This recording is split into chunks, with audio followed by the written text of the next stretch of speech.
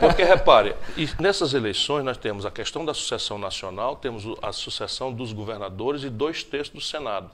Então, para você compatibilizar isso num ambiente de 35 partidos políticos, não é? Com situações as mais peculiares, nem sempre a guia é a coerência olhando para o passado. E a gente precisa ter tato e habilidade e delicadeza. Então, repare o PSB que eu cobiço com muita fraternidade, né? Por quê? Porque eu quero criar um núcleo da esquerda democrática que está protegida dos escândalos e para poder dar ao povo brasileiro, especialmente depois do que aconteceu com a tragédia, do meu ponto de vista, que aconteceu com o PT e com o Lula especialmente, a nossa responsabilidade cresceu muito.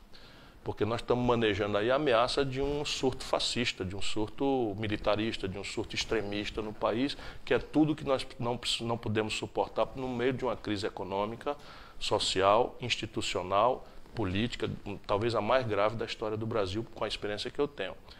E aí o PSB, para mim, é chave nessa construção, não é, do que eu chamo de hegemonia moral e intelectual, né, de um projeto nacional de desenvolvimento. Porém, repare, em Pernambuco, o PSB está dialogando centralmente com o PT, o que é normal. Não é? E em São Paulo, o PSB está dialogando com o PSDB, o que também é compreensível à luz da realidade de São Paulo. Agora, durma com um barulho desse, né? Não é?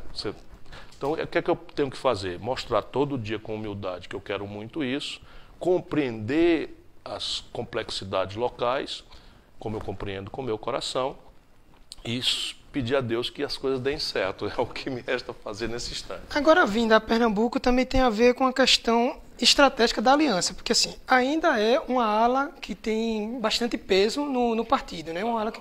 E imagino eu que um aceno interno de Paulo Câmara, de Geraldo Júlio, para dentro do PSB, traria uma certa... Carlos Siqueira, presidente nacional de Pernambuco. E que tem até uma certa inclinação pelo senhor homem de confiança do Dr. Miguel Arraes, homem de confiança de Eduardo Campos, meus velhos e queridos amigos. Uma inclinação amigos. Interna desse grupo ajudaria bastante nesse processo. Nossa Senhora, por isso que eu presto as devidas homenagens. Mas não é só isso, não. Nós estamos preocupados com a sorte de Pernambuco.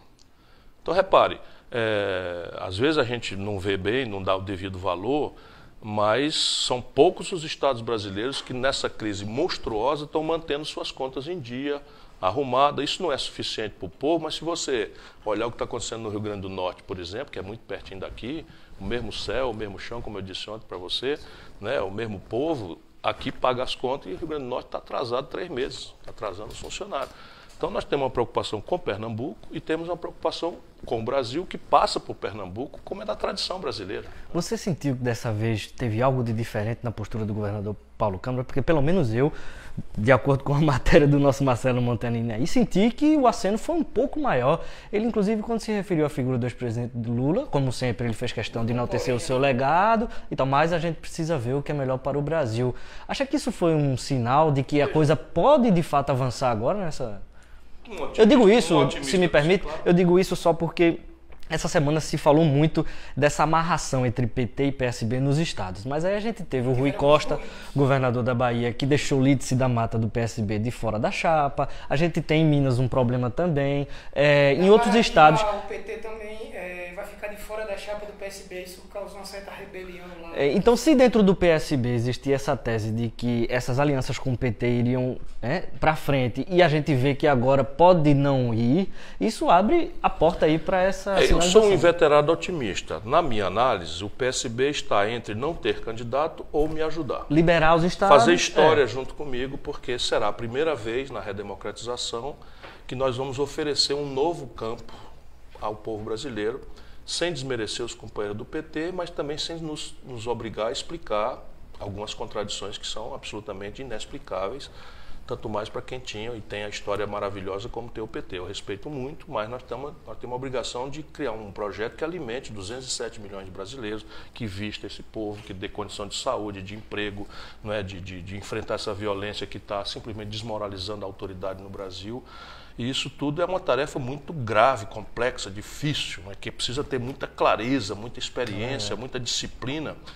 E eu saio otimista, eu tenho sou um inveterado otimista. E explico por quê, porque o tempo vai mostrando, não é? Quem tem a obstinação, quem tem a humildade, quem tem a disciplina para respeitar os tempos.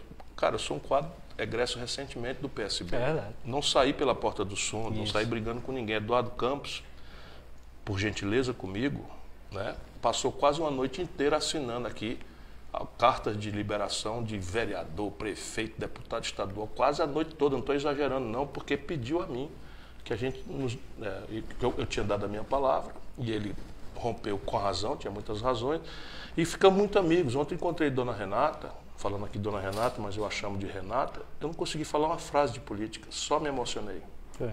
Vendo ela com a serenidade, né, com todo o sofrimento que passou, mas empurrando os filhos, estimulando os filhos, vi ali a turminha toda crescendo, tudo, gente que eu vi criança. Pô, essa é minha turma. Se vai dar certo ou não, eu desejo muito que dê, mas pouco importa, essa é minha turma. Ciro,